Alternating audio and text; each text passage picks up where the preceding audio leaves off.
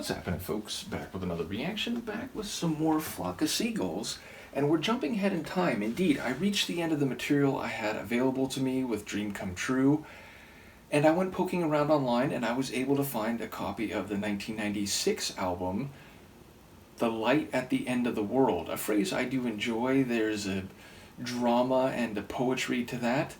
But yes, this is a decade later, more or less, so I wonder about the band's history during the intervening period. Nevertheless, it's the mid-90s, so I'm expecting at least some evolved or changed sonics, though perhaps it might be a closer match or similarity to their earlier sound, which is to say, I enjoyed Dream Come True, but a few folks commented that by that time they felt that the original, darker synth rock magic of the first couple albums had gone astray, and they were making more straightaway pop type music. So either way, I'm curious to hear what we'll encounter on this album. The first track is Burnin Up. Obviously burnin with an apostrophe instead of a G gives it a bit more of a street lingo or colloquial nature. But yes, referring to an overheating, a rising in temperature such that whatever the chemical or physical nature at hand cannot handle that intensity or that dramatic increase, and thus there might be some threshold which is passed where there is no going back. So I do wonder what might be at hand, but it is a pretty simple title, so it's hard to get a sense of what the context will be. Let's give it a listen. This is A Flock of Seagulls. The track is Burnin Up, and it's from their 1996 album, The Light at the End of the World. Do I have that right? I want to make sure I have that right. Yes, The Light at the End of the World from 1996.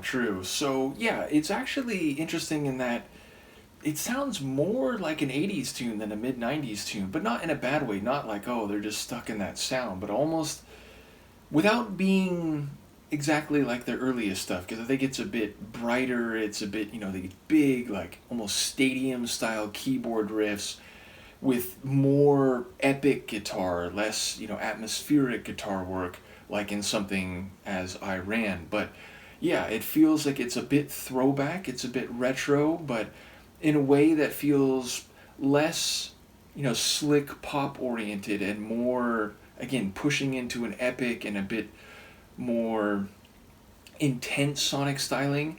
So yes, ultimately, I was thinking as the track started that, burning up can mean something more positive or negative. Burning up as in, again, like, I can't sustain this, it's going to lead to, a dissolution or a burning down of whatever situation or status I or we are in.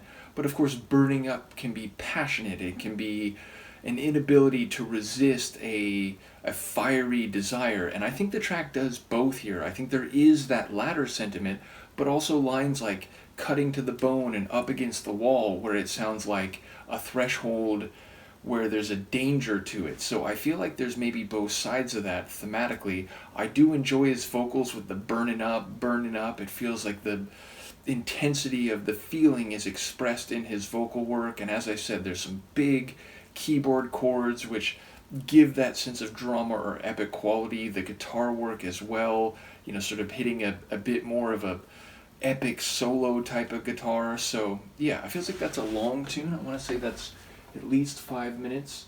Yeah, just more than 5 minutes. So yeah, I think that's a great opener. And as I said, although I did enjoy their previous album maybe more than most, I think this is more compelling than anything I heard on that previous album. So as I said, I was lucky and happy to find a copy of the album online, so I'm looking forward to going through more and, thinking about what this album is doing relative to earlier Flock of Seagulls material that I've heard. So let me know what you think, and I will see you next time.